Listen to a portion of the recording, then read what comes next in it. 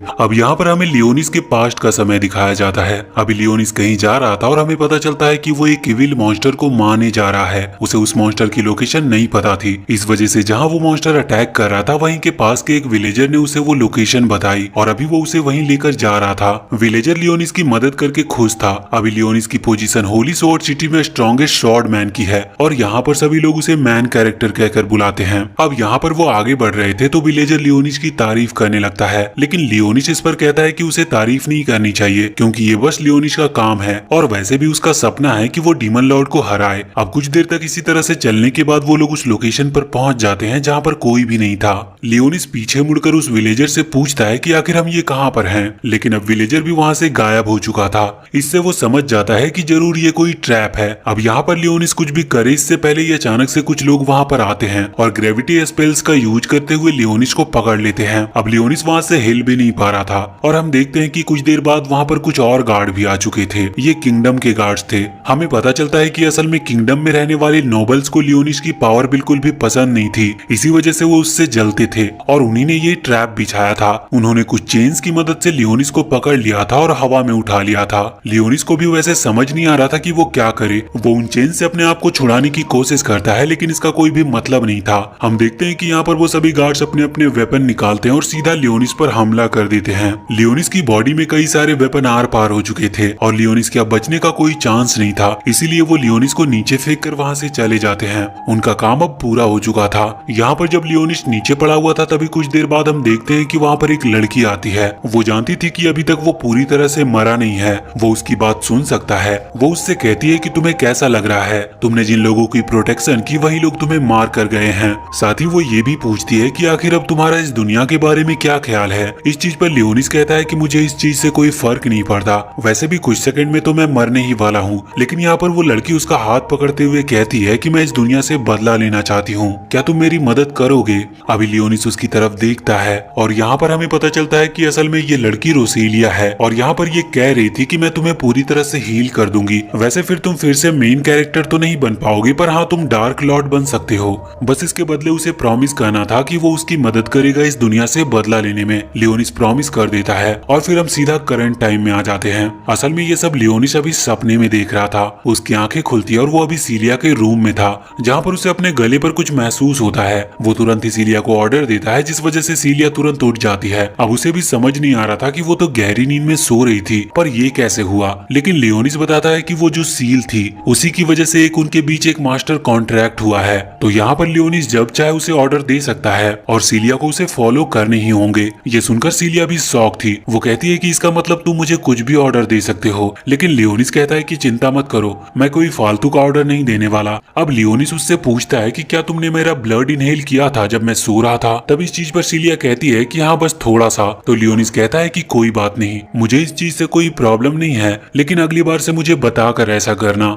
इस बात पर सीलिया उसे सॉरी बोलती है। तभी वहाँ पर कॉल आता है। ये कॉल एल्फाइन की तरफ से था। एल्फाइन बता रही थी कि उनकी एकेडमी का एक बहुत ही स्ट्रॉन्गेस्ट ग्रुप 13 इस वक्त समुद्र में एक क्रिएचर पर रिसर्च करने गया था, लेकिन वो अभी तक लौटे नहीं। वो बहुत स्ट्रॉन्ग माने जाते हैं, मगर यहाँ उनके होने का कोई भी सिग्नल नहीं मिल रहा। वो ये भी कहती है कि मैं लगातार यहाँ पर उनके सिग्नल का इंतजार कर रही हूँ, पर ना जाने वो समुद्र में कहाँ खो चुके हैं। पर फिर वो ये भी कहती है कि अगर मुझे कोई इन्फॉर्मेशन मिलती है तो मैं तुम्हें बताऊंगी। अब हम देखते हैं कि यहाँ पर सीलिया लियोनिस से कह रही थी कि तुमने कहा था कि तुम मुझे ट्रेन करोगे, जिस पर लियोनिस कहता है कि ठीक है, मुझे याद है। अब यहाँ से सीन चेंज होता है और अगले सीन में हम आ चुके थे एकेडमी के स्टाफ के पास, जहाँ पर आकर हम देखते हैं कि इस वक्त सभी स्टाफ मेंबर बहुत ज्यादा चिंता में थे क्योंकि 13th ग्रुप अभी तक वापस लौट कर नहीं आया था और न ही उनकी कोई खबर थी। अब यहाँ पर एक आदमी पूछता है कि क्या उन्होंने कोई रिपोर्ट भेजी थी क्या, जिस पर जिसको रिपोर्ट मिली थी वो हाँ करता है। उसमें रिपोर्ट थी कि एक वॉइड कॉलोनी है और हमें पता है कि वॉइड असल में मॉन्स्टर होते हैं जो कि दूसरे प्लेनेट से आए हुए थे और अब उन्हें कॉलोनी के बारे में पता चल चुका था। कॉलोनी असल में एक बहुत बड़े लार्ज नंबर ऑफ ग्रुप को कहा जाता है। तो यहाँ पर जब एक आदमी पूछता है कि वहाँ कितने वॉइड हो सकते हैं तो उसे बताया जाता है कि उनकी गिनती नहीं है, वहाँ 100 से भी ज्यादा वॉइड मॉन्स्टर मिल सकते हैं। ये सुनकर सभी लोग शॉक थे और यहाँ तक कि अब ये भी कहा जा रहा था कि उस कॉलोनी में उन वॉइड मॉन्स्टर का लॉट भी मिल सकता है, जिसका मिलना बहुत बुरा साबित होगा। उन लोगों को हराने का सबसे अच्छा तरीका यही है कि उनके बॉस को मार दिया जाए, लेकिन अब उनके पास ऐसी कोई टेक्नोलॉजी टेक्नोलॉजी भी नहीं थी जिससे कि वो वाइड मॉन्स्टर का तत्काल में पता लगा सके, लेकिन फिर भी उन्हें कुछ तो करना ही था। तभी वहाँ पर एक बैठा हुआ मेंबर कहता है कि अभी हमें सिटी के लोगों पर ज्यादा ध्यान देना चाहिए, क्योंकि अगर सच में इतनी बड़ी कॉलोनी हमारे आसपास है तो वहाँ पर वो कभी भी हमला कर सकते हैं। अब उन्होंने कहा था कि सारे प्लाटून यानी कि सभी ग्रुप्स को ऑर्डर दिया जाए कि वो सभी सिटी में लोगों पर नजर रखे और उन लोगों का ख्याल रखे। इसके बाद अब यहाँ से सीन चेंज होता और अगले सीन में हम आ चुके थे लियोनिश और सीलिया के पास। यहाँ पर आकर हम देखते हैं कि सीलिया की ट्रेनिंग चल रही थी और जिस रोबोट को हराकर लियोनिश ने अपना टेस्ट पास किया था, यहाँ पर सीलिया भी उसी तरह के दो रोबोट से एक टाइम पर लड़ रही थी। उसके लिए ये करना इतना मुश्किल नहीं था। लियोनिस पूछता है कि क्या तुम्हें तलवार चलाना पहले से आता था, तो इस पर सीलिया बताती है कि हाँ, उसकी फैमिली उसे ज्यादातर तलवार की ही ट्रेनिंग कराती थी, क्योंकि बचपन में उसने होली स्वॉर्ड की पावर को अनलॉक नहीं किया था, तो वो लोग उसे पहले तलवार चलाना सिखा रहे थे। तो इसके बाद से जितनी टेक्निक सीलिया को सिखाई गई थी, सीलिया अभी तक सिर्फ उन्हीं की प्रैक्टिस करते आई है। मगर लियोनिस बताता है कि तुम्हारी तलवार चलाने की ट्रेनिंग तो हो चुकी है, मगर अब तुम्हें पावर पर भी फोकस करना होगा और तुम ऐसे इन रोबोट से लड़कर ये चीज प्रैक्टिस नहीं कर सकती, क्योंकि ये रोबोट सच में कोई रियल अटैक नहीं कर रहे हैं। इसके बाद लियोनिस ट्रेनिंग करने के लिए वहाँ पर एक पोर्टल ओपन करता है जिसके अंदर से कुछ स्केलेटन निकल कर आ रहे थे। अब सीलिया इसे देखकर तो शॉक थी, तो लियोनिस बताता है कि चिंता मत करो, ये लियोनिस की आर्मी के सोल्जर्स हैं और ये लो लेवल सोल्जर्स हैं, इसीलिए इनसे डरने की बात नहीं है और सीलिया जितना चाहे इन्हें मार सकती है। इसके बाद अब सीलिया ट्रेनिंग स्टार्ट करती है और हम देखते हैं कि वो कई सारे स्केलेटन्स को हरा रही थी, लेकिन अब स्केलेटन बहुत सारे थे तो वो एक साथ मिलकर उस पर अटैक कर रहे थे, लेकिन फिर भी सीलिया उन्हें मारते जा रही थी। अब कुछ देर तक इसी तरह से लड़ने के बाद वो थक चुकी थी। ये देखकर लियोनिस रुक जाता और अपने समन किए हुए सारे स्केलेटन्स को वापस रख लेता है। वो कहता है कि आज के लिए इतनी ट्रेनिंग बहुत है, अब हम बाकी की ट्रेनिंग कल करेंगे। और साथ ही वो ये भी कह रहा था कि अगर तुम्हें एनर्जी की जरूरत हो तो तुम कह सकती हो, लेकिन सीलिया कहती है कि नहीं, अभी उसे एनर्जी की जरूरत नहीं है।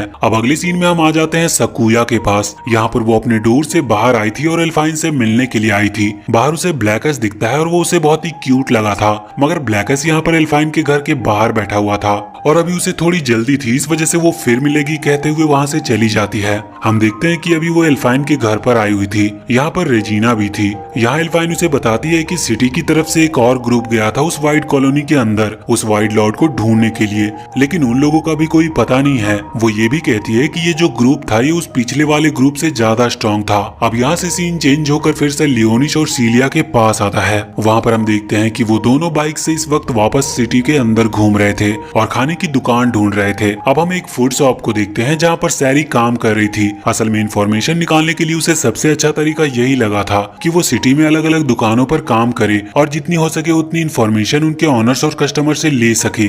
यहाँ पर जो ऑनर था वो उसे एक बाउल देता है जिसमें कुछ पोटैटो रखे थे। वो कहता है कि इन्हें कट कर दो, लेकिन जब सैरी ये सुनती है तो वो तुरंत उसे बाउल को उछालते हुए उस बाउल को भी कट कर देती है। लेकिन जब सैरी ये सुनती है तो वो तुरंत उस बाउल को उछालते हुए उस बाउल को भी साथ में कट कर देती है। ऑनर ये देखकर शॉक था।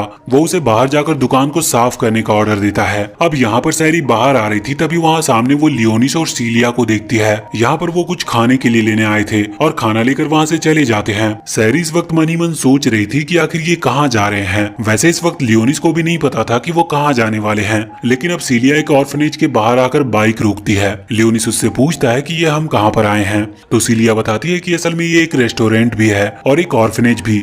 यहाँ पर सिटी में वो सभी चिल्ड्रंस रहते हैं जिनके पेरेंट्स को वॉइड मॉन्स्टर ने खत्म कर दिया। अब वहाँ उस ऑर्फनेज से कुछ बच्चे बाहर निकल कर आते हैं। लियोनिस उनसे थोड़ा रिलेट कर पा रहा था और हमें पता चलता है कि असल में जब लियोनिस मेन कैरेक्टर नहीं बना था तब वो भी एक ऑर्फनेज बॉय था, मतलब उसके पेरेंट्स नहीं थे, इस वजह से वो भी इनके लिए थोड़ा सा दुखी था। यहाँ पर हम देखते हैं कि अब वो उस ऑर्फनेज के अंदर आते हैं। वहाँ पर बहुत सारे बच्चे थे। एक बच्चा अभी सीलिया के पास आ रहा था। लियोनिस को ये चीज गलत लगती है तो वो उसे वहीं पर रोकने वाला था, लेकिन सीलिया कहती है कि कोई बात नहीं। अब यहाँ पर उस ऑर्फनेज की ऑनर आती है और वो सीलिया से तो मिल चुकी है, लेकिन वो लियोनिस को यहाँ पर पहली बार देख रही थी। तो वो पूछती है कि ये लड़का कौन है, जिस पर सीलिया उसे बताती है कि असल में लियोनिस उन्हें एक असिस्टेंट टॉम के अंदर मिला है और वो वॉइड मॉन्स्टर से घिरा हुआ था, तो सीलिया ने उसे प्रोटेक्ट किया। और साथ ही सीलिया ये भी बताती है कि लियोनिस एक होली स्वॉर्ड नाइट है। ये सुनकर सभी चिल्ड्रन बहुत ही ज्यादा एक्साइटेड लग रहे थे और वो सारे बच्चे उसकी पावर देखने के लिए उसके पास आ जाते हैं। वैसे अब सीलिया उन्हें बताती है कि वो उन सभी के लिए कुछ कुछ खाने की चीजें लेकर आई है।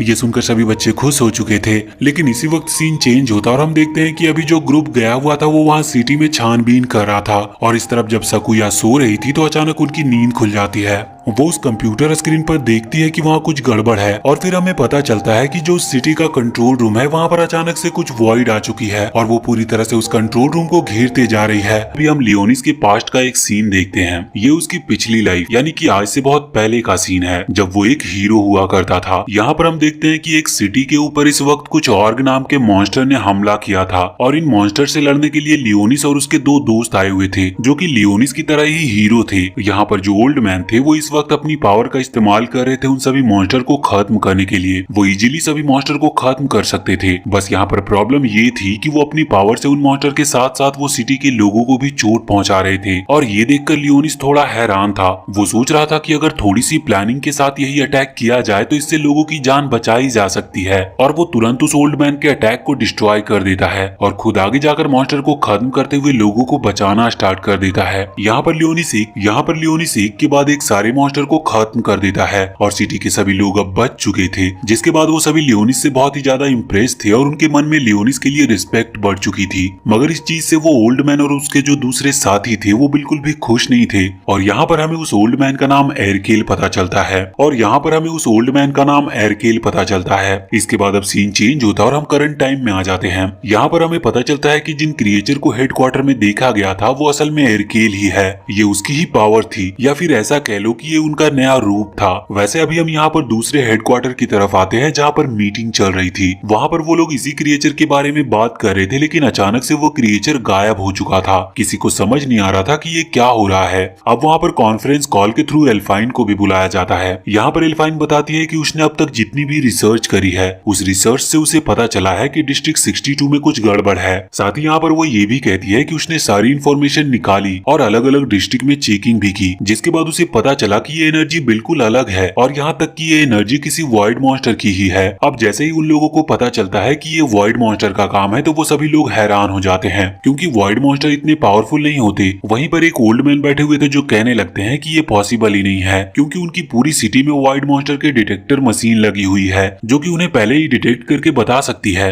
कि कहां पर वॉइड मॉन्स्टर ने हमला किया है। लेकिन इस चीज पर एल्फाइन कहती है कि ऐसा उस एनर्जी के कारण हो रहा है। वो एनर्जी इतनी ज्यादा नहीं है कि वॉइड डिटेक्टर मशीन उसे कोई खतरा समझे, इस वजह से उसने सिग्नल नहीं दिए कि कुछ गड़बड़ है। लेकिन अभी भी वो ओल्ड मैन और बाकी सभी के लिए ये बात मानना थोड़ा मुश्किल था। ओल्ड मैन इसीलिए शॉक में थे क्योंकि वॉइड मॉन्स्टर कभी भी मैजिक का यूज नहीं करते, मगर अब अचानक से वो मैजिक का इस्तेमाल कर रहे थे। और जब वो ये सवाल एल्फाइन से पूछते हैं तो एल्फाइन उनसे उल्टा सवाल पूछने लगती है कि डिस्ट्रिक्ट 62 में क्या हुआ था। तो अब ये बात सुनने के बाद वो लोग रिपोर्ट बताते हैं कि वहाँ पर जो लोग गए थे उन्होंने कुछ रूट्स को बढ़ते हुए देखा। अब जब वो ये कह ही रही थी कि अचानक से तभी एक और सिग्नल आता है। उन लोगों को पता चलता है कि डिस्ट्रिक्ट 31 में भी कुछ हलचल दिखाई दी है और इसके बाद स्टॉक डिपार्टमेंट में भी सेम इसी तरह का सिग्नल आता है। उन्हें पता चलता है कि वहाँ पर भी रूट्स निकलना स्टार्ट हो गई है और सभी लोग ये देखकर पूरी तरह से शॉक थे और उन्हें समझ नहीं आ रहा था कि ये हो क्या रहा है। उनमें से एक कह रहा था कि वॉइड मॉन्स्टर बिल्कुल समझदार नहीं होते, उनके पास ब्रेन नहीं होती कि वो ये सोच सके, तो आखिर ये सब प्लानिंग के साथ कर कौन रहा है। अब यहाँ से सीन चेंज होता है और अब हम एल्फाइन के रूम में आ चुके थे। वहाँ पर आकर हम देखते हैं कि इस वक्त रेजिना थोड़ी चिंता में थी क्योंकि सीलिया अभी तक लौट कर नहीं आई है। वो जब एल्फाइन से इस बारे में पूछती है तो एल्फाइन बताती है कि उनके कपड़े पर एक ट्रैकर लगा है। अब जीपीएस के थ्रू देखकर वो बताती है कि वो लोग एक ऑर्फन में हैं। अब यहाँ पर रेजिना थोड़ा सा रिलैक्स महसूस करती है, लेकिन एल्फाइन कह रही थी कि सिटी में कई सारे इंसिडेंट हो रहे हैं और अचानक से हर तरफ अजीब अजीब चीजें दिख रही है, इसीलिए उन्हें अलर्ट रहना होगा और तैयार रहना होगा क्योंकि कभी भी कहीं से कुछ भी रिपोर्ट आ सकती है। और अभी तक उन्हें ये भी नहीं पता कि ये सच में किसी वॉइड मॉन्स्टर का काम है या फिर किसी और का। अब अगले सीन में हम लियोनिस और सीलिया को देखते हैं। यहाँ पर वो उन सभी ऑर्फन बच्चों के साथ खाना खा रहे थे। उनमें से ही एक लड़का जो कि लियोनिस के पास बैठा हुआ था वो उससे कह रहा था कि क्या वो उसे अपनी होली स्वॉर्ड दिखाएगा। वैसे लियोनिस को वो लड़का बिल्कुल भी पसंद नहीं आया था। वैसे तभी वहाँ पर एक लड़की आती है जो कि लगभग लियोनिस की ही एज की थी। भले ही वो एक ऑर्फन है लेकिन वो बहुत पढ़ी लिखी लग रही थी। लियोनिस उससे इम्प्रेस था, मगर इसका असली कारण ये था कि उस लड़की को लियोनिस पर क्रश था क्योंकि लियोनिस होली स्वॉर्ड एक्टिवेट कर चुका है, साथ ही वो पावरफुल भी है। वैसे इसके बाद हम वापस से हेडक्वार्टर में आते हैं जहाँ पर हम देखते हैं कि उन्होंने एक टीम को उस जगह पर भेज दिया था जहाँ पर वो रूट्स दिखना स्टार्ट हुई थी। वो लोग वहाँ पर पहुंचकर रिपोर्ट भेजते हैं और अब उन्हें वो रूट्स को काटना था क्योंकि उस ओल्ड मैन ने ये ऑर्डर दिया था कि उन्हें हटाकर उन्हें पता करना होगा कि असलियत में इस चीज के पीछे है कौन। वैसे उस जगह से उन्हें कुछ फुटेज मिले थे जिससे उन्हें थोड़ा थोड़ा शक हो चुका था कि ये काम वॉइड मॉन्स्टर का ही है। अब वहाँ पर उन रूट्स को काटने का काम स्टार्ट होता है, लेकिन अचानक से उनके अंदर से कुछ आंखें दिखने लगती है और फिर अचानक एक सिग्नल भी आता है जिससे पता चलता है कि ये सब वाइड मॉन्स्टर कर रहे हैं। अब यहाँ पर एक आदमी ये ऑर्डर देता है कि हमें सिटी में जनरल एग्जीक्यूशन करना स्टार्ट करना होगा।